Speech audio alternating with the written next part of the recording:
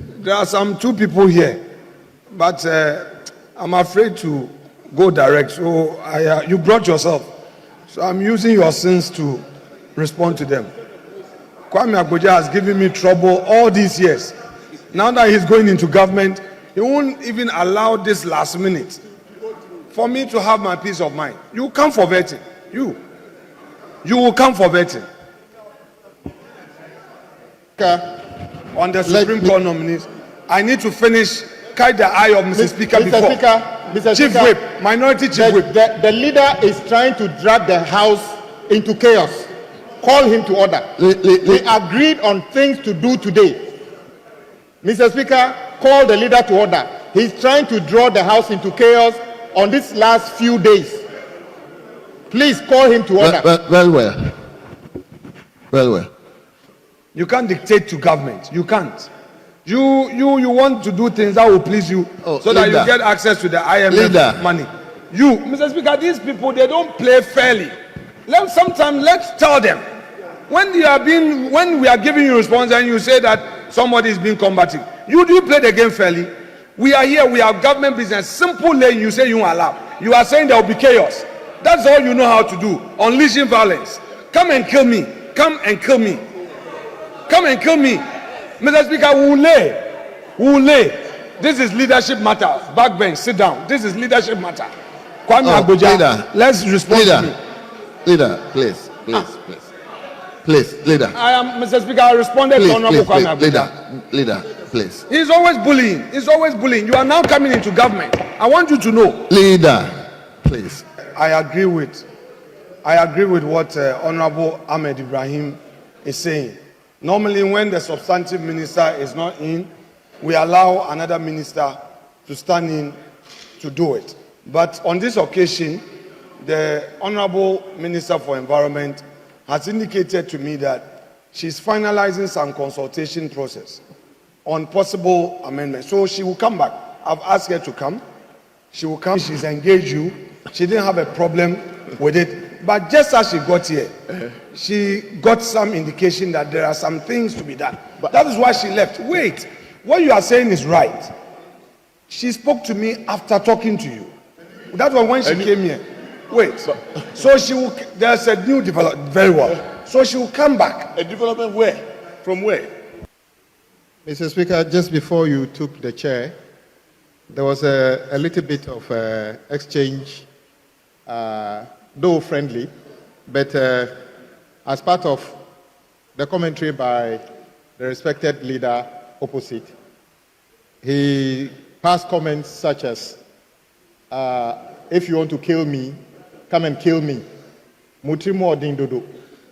Mr. Speaker, it might be just in a jest, but those are quite strong words, and I don't want his children or my children to read one day that Parliamentary Hansard had one leader crying that he would have been killed by somebody. So I'm just appealing to you that those portions of his presentation be expunged, because I don't think he meant those things. He was probably just joking, but the recording wouldn't know who was saying those things as a joke or seriously. So my appeal to you is to expunge those words.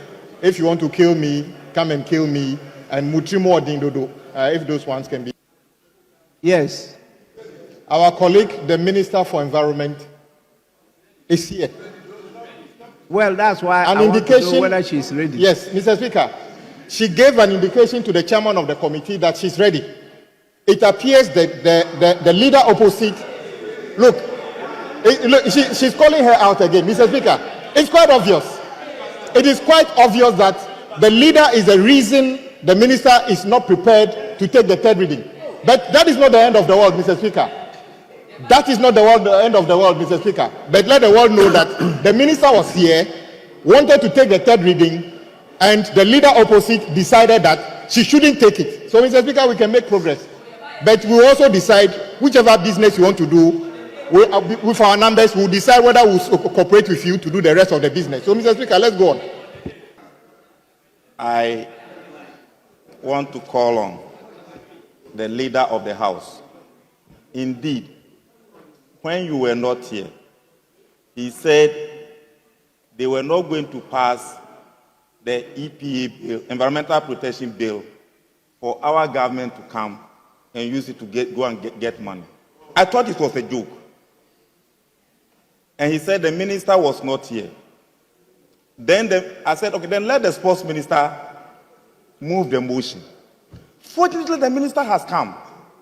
And Mr. Speaker, leader, we were in opposition and we assisted you to go through all the processes. Now we are in the third reading. I see no reason why a 168-page document, which was supposed to be passed under certificate of urgency, we sat through, Mr. Speaker, your good self, from morning till sometime 9 o'clock, 8 o'clock. We've just left with the third reading. Then for you to accompany the minister out, just because you are going into opposition. Leader, you seen today, but you don't know tomorrow. What you said earlier on will appear in the Hansard.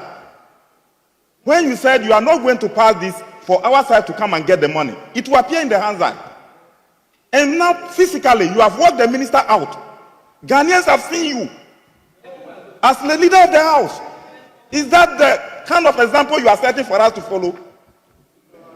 Mr. Speaker, I think the leader should produce the minister to come and move the third reading of the motion. Because we supported you to move the motion, to move the consideration of the bill to this far. We were all supporting you. Because you are going to opposition, should Ghana collapse? No.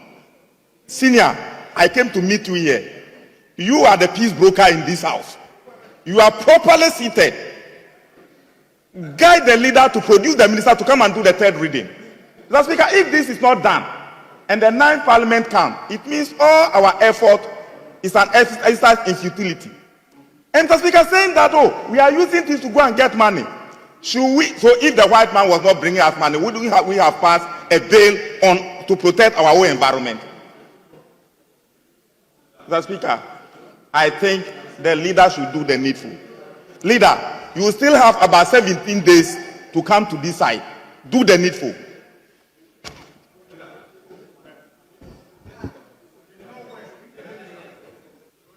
Mr. Speaker, when the Honorable Majority Leader was telling my leader, Honorable Kwame Agboja, said, Mutrimu wedding, and those kind of things, that you are wicked, and all those things, I thought it was a joke. I took it on the lighter note. That will not pass this bill for you to go and get money. I thought it was a joke. But when the minister, honorable minister came, so when I thought it was a joke, I even pleaded with him that he should let the minister for youth and sports move the motion. He nearly agreed with me. Then fortunately, the minister has come. By where honorable OPK is sitting, he was not following. If he was following, he wouldn't talk the way he spoke. Yes, the leader himself, who sits here, who said the words, has not argued. But because you were not paying attention, you found the words, you were not paying attention. Honorable OPK, you are specialized in just making noise. You are not following. You see what you are good at. Honorable Ahmed, please. And he even pointed me that Honorable Ahmed, what you are doing is not good. Mr. Speaker, I sit directly opposite. Honorable Ahmed Ibrahim. Leader, Mr. Speaker. You are the minority deputy whip. Soon to be majority, Mr. Speaker. I don't know whether you will be deputy whip as majority, but now you are minority deputy whip. Don't follow bad precedents. Please, we emulate good. You don't emulate bad. So if you think that it's not good, please move away from it and let's move on. Mr. Speaker, I thank you for your good counsel. And I take same. Mr. Speaker, so truly, having labored for some number of days. The government side who wanted this 168-page document to be passed under certificate of urgency. What has changed? That I was able to keep my side. That we sat here almost 10 hours, 13 hours from 10 o'clock. Sometimes we close at 8 a.m. just to be able to pass this bill. We've done everything. Third reading, all that the minister just has to come and do is to stand up and bow. That one too, Mr. Speaker, for the honorable minister to be dragged out. Mr. Speaker, is most unfair. If you say those words are not good, Mr. Speaker, for the honorable minister for science, environment, science and technology to be dragged out to the point that the leader of the house followed her out and came alone. And as I speak, the honorable minister is not in the chamber. Mr. Speaker, why can we do this to ourselves? And why are we here? Mr. Speaker, this bill, as we all know, is part of the IMF conditionality. You took us to IMF, and you want us to break the conditionalities? We must pass it, Mr. Speaker, and we must pass it. The minister must come and do the needful. I rest my case. Let me allow, because usually he doesn't contribute to these things, but Honorable Kennedy Ajapong.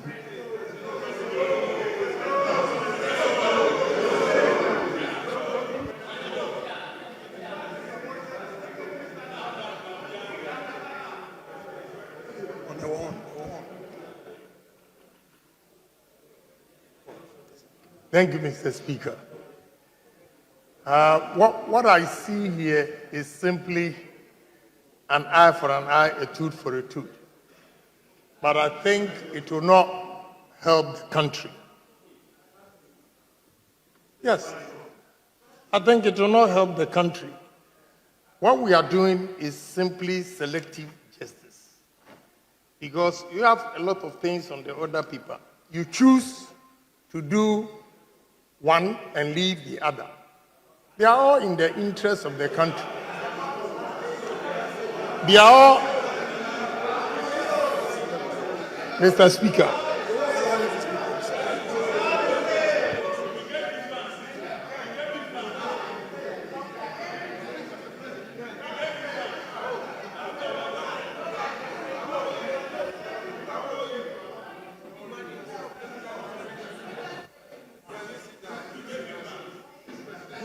So, Mr. Speaker, I'm pleading with the House that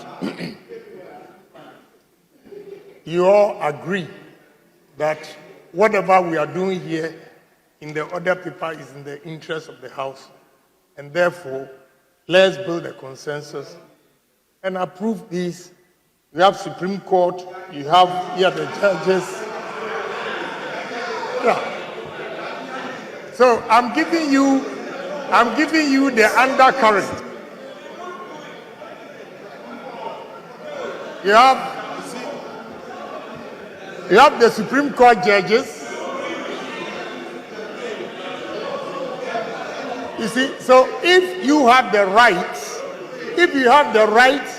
to refuse, then he also has the right to refuse. But it will not help the country. It will not help the country.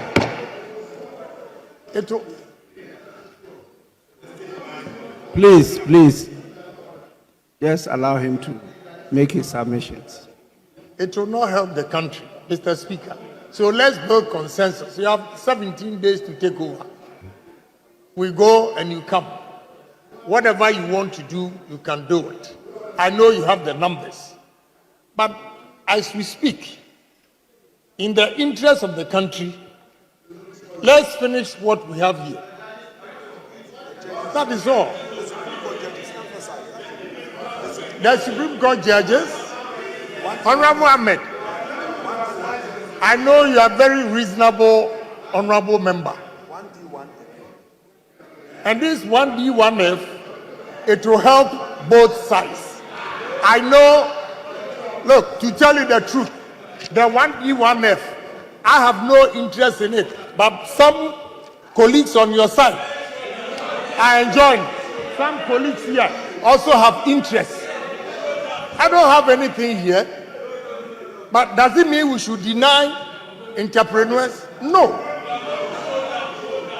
This is not showdown. So, Mr. Speaker,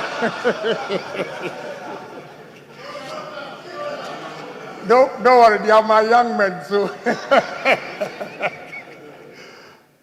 So let's finish the work. Then when you come back, whatever you want to do, you do it. Do you pledge to do the rest?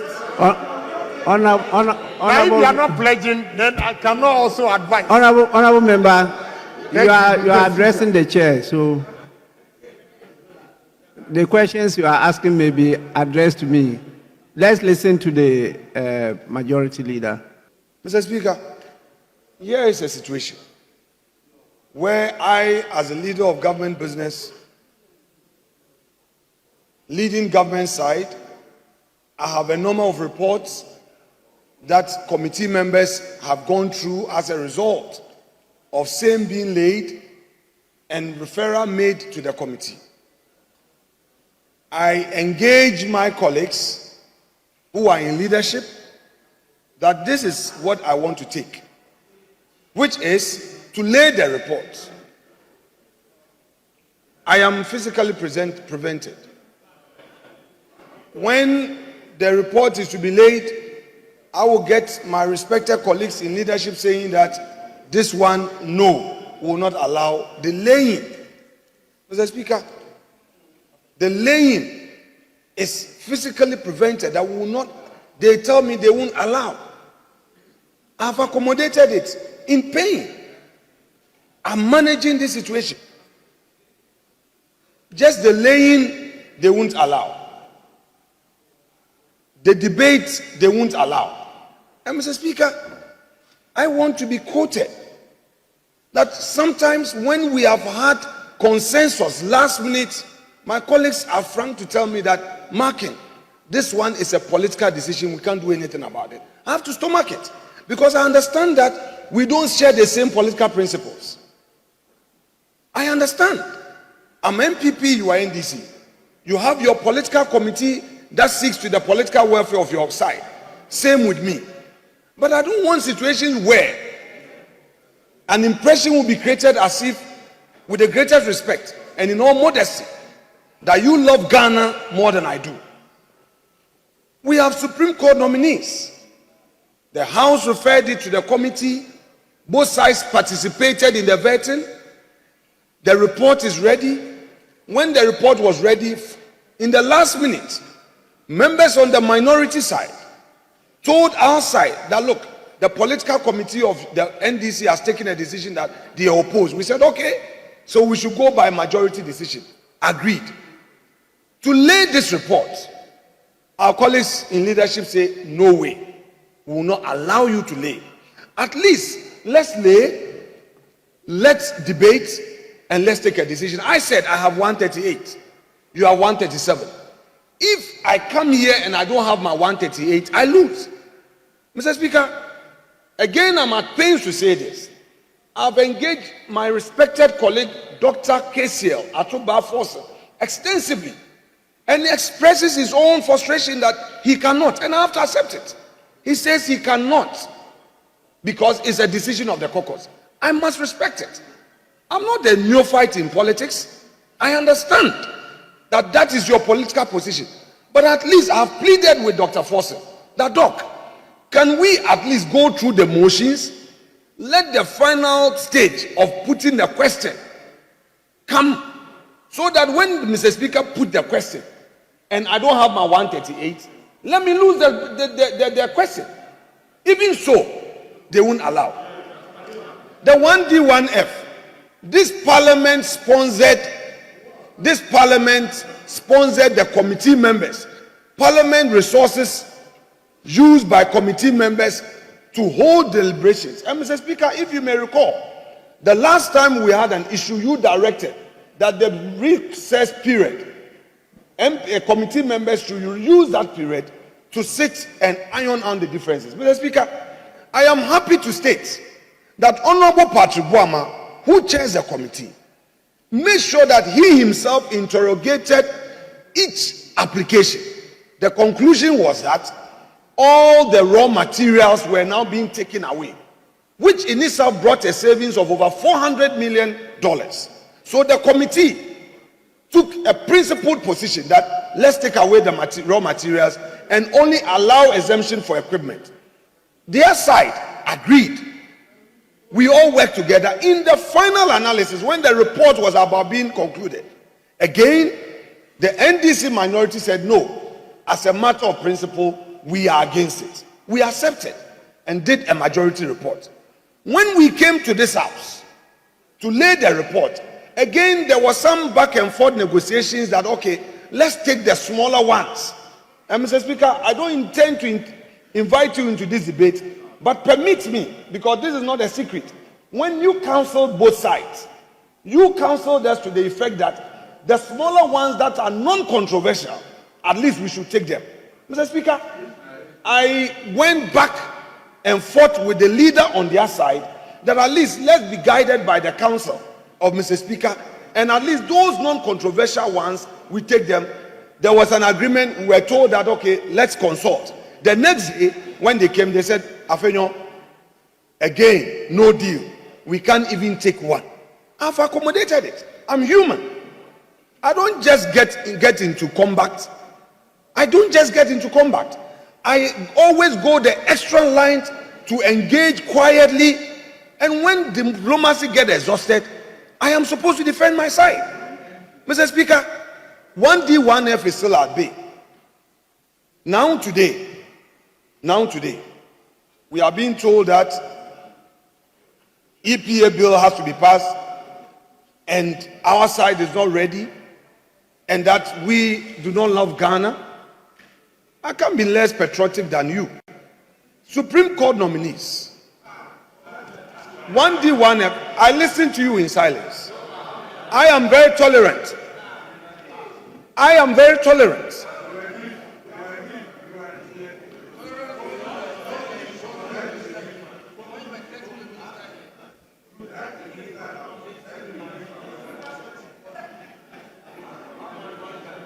Mr. Speaker, you know I'm always of good behavior. You know, when I do that to them, then they'll be crying. Mr. Speaker, you know, I can respond to them, but on this occasion, I wouldn't say anything. I want to make my case. They should allow me. Honorable members, please, let's proceed. Mr. Speaker, now back to the issue. It's been alleged that the minister has been dragged out of this house. He has not been dragged out of this house. I needed to engage the minister. We needed to consult on the matters that are outstanding in the bill. I respect Dr. Malfoy. And I respect his views, because that is an area of specialty. And I respect the views he expressed on the floor. Mr. Speaker, perhaps the communication between my good self and the minister, he was not privy to it. But I know that there will be an opportunity for me to engage him so that we'll be added. I would want to plead with colleagues that let us approach equity with clean hands, and if we demand equity, let's do equity. Tomorrow perhaps will be the last day before we go for our Christmas and come back. Leader on your side is not here because of transition meetings and all. Mr. Speaker, I promise you again that I will again reach out to the leader of the minority caucus, plead with him over and over again that at least those outstanding business of government, he should allow us to lay the report, debate the report. They should say all they want to say, we should say all we want to say, and the question put.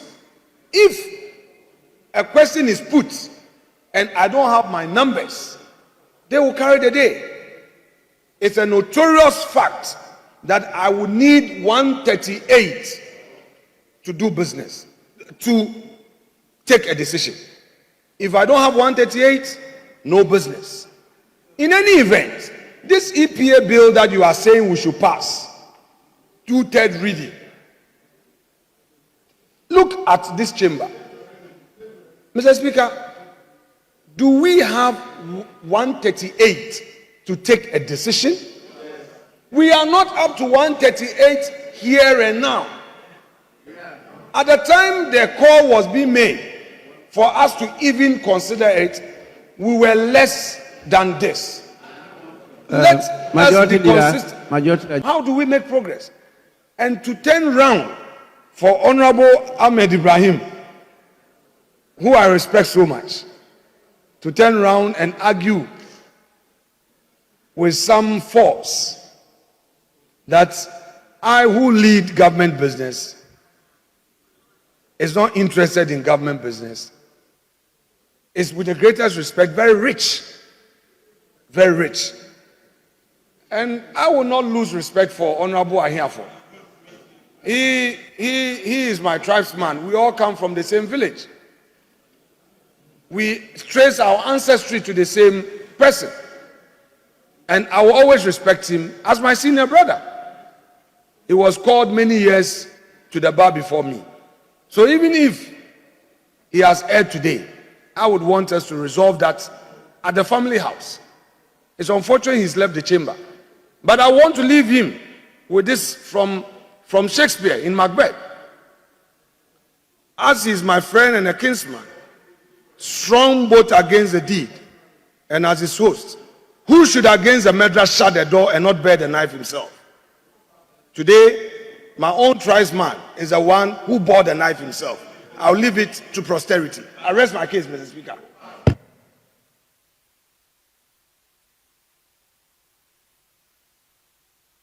Mr. Speaker. Honorable Minority Chief Whip. Please, I'll give you the opportunity, but let me listen to the leader first. Mr. Speaker, this entire stretch of today's sitting was not intended. Mr. Speaker, when we met this morning as leaders to agree on what to do, I must admit that the leader opposite was not around, so did not understand what we even agreed to do. Mr. Speaker, you will notice that when you took the chair, the second deputy speaker actually was just about to put the question for adjournment. But because you prompted us earlier that the Attorney General was going to be coming to do some business, we knew that maybe that was why you were coming, and indeed, when you came, that's what happened. Mr. Speaker, this is what happened. We decided when we come in this morning, if the minister responsible for environment is around, we'll give her the opportunity to do the third reading. We also agreed to complete 3 reports from the Public Account Committee, which were as outstanding from yesterday's 7 reports, which we took 4. So we're going to do that one as well. Mr. Speaker, that was all that we agreed to do. There was no discussion about judges. There was no discussion about anything about, tax waivers. But you know, the leader opposite is an expert in actually introducing whatever he wants to say, whether it's about biology, and his interest was in zoology. He knows how to turn, the things to his favor. Mr. Speaker, for all that he said, he was only lamenting about the fact that, truth be told, and I'm surprised he said something which Ghanaians must take note of. When they supplied this house, when they tried to take this tax waivers at the beginning, Mr. Speaker, it was almost $500 million. Ask him the question, if we had actually agreed to them, what was going to happen to all that money? No, I'm saying that when you introduce those bills in this house, if we had agreed with you, what was going to be happening to all that money? Today he's telling us that the money is just about half. But you should be apologizing to Ghanaians by actually almost compelling us to approve tax waivers, which you said later you took away materials and other things. When you were speaking, no, sit down. When you were speaking, I wasn't making any gestures. Sit down. So you should be clapping for the minority, for being the ones that saved Ghanaians. You should be on public platforms applauding us for being diligent in holding your feet to the fire, when you were almost reckless in compelling us to approve tax waivers which were not due to those companies. Today, you are still crying that while the economy has collapsed, under you, you are still compelling us that tax waivers are the solution. Let me tell you this. US did their election before our election. The talk on Capitol Hill and other places is that no more legislation until Trump takes office. No more legislation until Trump takes office. No, I'm saying that is those people whose democracy is older than us. That is what they are talking about. So this is it, Mr. Speaker. We were here. They hurriedly actually printed other paper addendum, Mr. Speaker, without consultation to anybody from this bench. But guess what? Patriotic as we are, we agreed. The genesis of the disagreement is this, Mr. Speaker. He agreed that we will take item 1, A and B on the other paper addendum. He conveniently allowed us to lay the one that is in his interest. And what is the first one? The GNPC work program, which has been in abeyance for all this while. Mr. Speaker, interestingly, once that was laid, and my colleague, the ranking on Oyomen, was about to lay the report on AFCONs, he quickly jumped on his feet and said, no, that one cannot be laid. Meanwhile, Mr. Speaker, he actually produced an order paper addendum which included that. In other words, he baited us to add it, but all he wanted was order paper addendum item 1A. He never wanted to do the B. Mr. Speaker, that is what generated the argument. And I said that if you wanted us to do the GNPC agreement, then allow the Minister for Environment to also do the third reading, Mr. Speaker. This is the genesis of the disagreement. So all these lectures about the virtues of tax waivers and then the virtues of Supreme Court justice, Mr. Speaker, who in this country believes that the Supreme Court is lacking, judges? Who in this country will believe that there's crisis at the Supreme Court because we can't find enough judges to deal with cases? In fact, some people will say there are too many. So where from this idea that the country is in any peril because this side has decided to block anything? Mr. Speaker, I'm beginning to find out what is the interest of some people on this side, hell-bent on the fact that we must grant these tax waivers to these crony companies, when the government that is going to take over is going to inherit tons of problems. Mr. Speaker, I attended one transition meeting yesterday. Road Ministry alone is capable of leaving a commitment of 150 billion Ghana cedis. 150 billion Ghana cedis. Commitment on road alone. Education, health, others are not part of it. We are in crisis. The side this way should be calm and pray to God that we will be able to navigate the next 4 years, being able to even pay the salary of members of parliament in the 9th parliament. We shouldn't be just talking as if everything is honky-dory. So, Mr. Speaker, we are not in any hurry to be enjoying anything. We know we have been put in a deep hole. President Mahama is going to inherit a crisis economy. Even doing so has started already. So, Mr. Speaker, let me repeat what my leader said. Our side will not today, tomorrow, approve or support the approval of the tax waivers or the judges. Whatever it will take in this house, we shall put forward a robust prevention of that, Mr. Speaker, lawfully. We shall not be part of this. In any case, you are wondering how come you lost so miserably. Could it be because of your posture? When we tell you don't do something because we say we are the government, we'll do it. Are you not surprised at the level of loss? Maybe that is why. Do your introspection. Don't push Ghanaians any further. You use state institutions to bastardize everything, and the Ghanaians are punished you by saying that is not the way forward. Yet you haven't learned your lessons. You haven't learned your lessons. You try to use the judiciary, the police, the immigration, the defense against the people of this country. Listen. And then they use, listen. When your leader was speaking, everybody was quiet. When your leader was speaking, we heard everything he said in silence. I am saying that whilst you may be okay because you've been in government for 8 years, the rest of Ghanaians, those people who have lost their jobs when their banks were closed, those people who have been sacked, those people who have been killed at polling stations are not happy. So I'm saying that perhaps you should reflect on the fact that whilst losing election is nothing, your loss is actually monumental. Have you reflected on that? I believe your posture here, when everything we tell you, you say we are the government, you continue doing it. That is why you lost that much. Reflect on that. Majority leader. You notice today is the first time I'm calling you majority leader for months. I want to give you that so that you can go home with it. Though you told everybody that it is spiritually unwise for you to be called a minority leader, that is your seat if they make you the leader. This will be your seat. At the moment, you are a minority leader in transition. I am told that you are even begging your party to make you a minority leader today. Is it no longer spiritually against your spirit?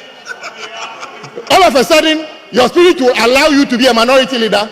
Honorable Minority Chief Whip. Mr. Speaker, I will conclude by saying that, Mr. Speaker, these two issues are not about what the Ghanaian businessman needs. It's for government to take a hold on our fiscal front, our forex. That is what the Ghanaian businessman wants, not the granting of dodgy tax waivers to crony companies. And in other case, we never believe that the Supreme Court is lacking personnel in terms of their judges. So to say that if we don't grant these two nominees, that is your business. So, Mr. Speaker, I will leave it here. But to say that we have done anything wrong, that is not true. And indeed, majority leader, you came in when we have agreed on what to do, and you are coming to introduce things that were never agreed. And I will encourage you, if you come to work tomorrow, come at the time that we attend conclave, so that you don't jump in at the middle, try to make those who came ahead of you look like they didn't have any good agreement. Mr. Speaker, I rest my case. I'm only thanking you for all the inputs you've made. On behalf of my colleagues, be assured that we will cooperate with you to end it well. Indeed, it's not been an easy road, and we're also not discounting our respective parties and interests. But I think you've made a call that we should travel the length and get to the point where we know for our respective interests, we will go in our divergent ways. So, Mr. Speaker, Onato, I thank you. But I'm praying, Mr. Speaker, that you stay with us for the next 4 years. Mr. Speaker, Mr. Speaker, don't forget that as I pray for you, you also pray for me. So this is Father and Son prayer. Honorable members, who is talking? Oh, Mr. Speaker, let them know that they are not part of us. You and I, you know, when it is father and son, they will become third persons. So stay away from this matter. Mr. Speaker, I'm praying for you. I'm not sure they are praying for you. I am not sure. I am not sure they are praying for you. Mr. Speaker, don't allow Kwame to respond to this. I am not sure, Kwame Abuja. Mr. Speaker, I'm not sure they are praying for you. Incoming Minister of Roads. Honorable Majority Leader, I'm very sure they are praying for me. I'm very, very sure they are praying for me. Yes. Has been blessed to have you in the chair. Indeed, I wonder what kind of parliament we would have had if somebody else was sitting in the chair. Mr. Speaker, your good deeds shall follow you. And Mr. Speaker,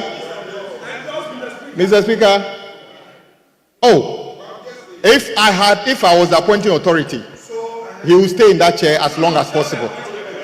Mr. Speaker, I just hope that indeed, he's been saying what he has said here openly. I just hope that he's been saying it privately as well. I will leave it there, Mr. Speaker. Mr. Speaker, I believe, as he said, we shall do our best in the interest of this country and for the sustenance and the respect of this House to do whatever we can to support you to end tomorrow on a high note. We promise to do same, that we shall not do anything that to bring the respect that Ghanaians want from this House down. We shall do our best. And I want to commend my colleagues on the other side. Whatever we do here, we do in good faith. Nobody intends, you have said your part. And on behalf of the Honorable Atuforsen, we thank you very much for everything today. And I hope tomorrow will end very well. Thank you, Mr. Speaker.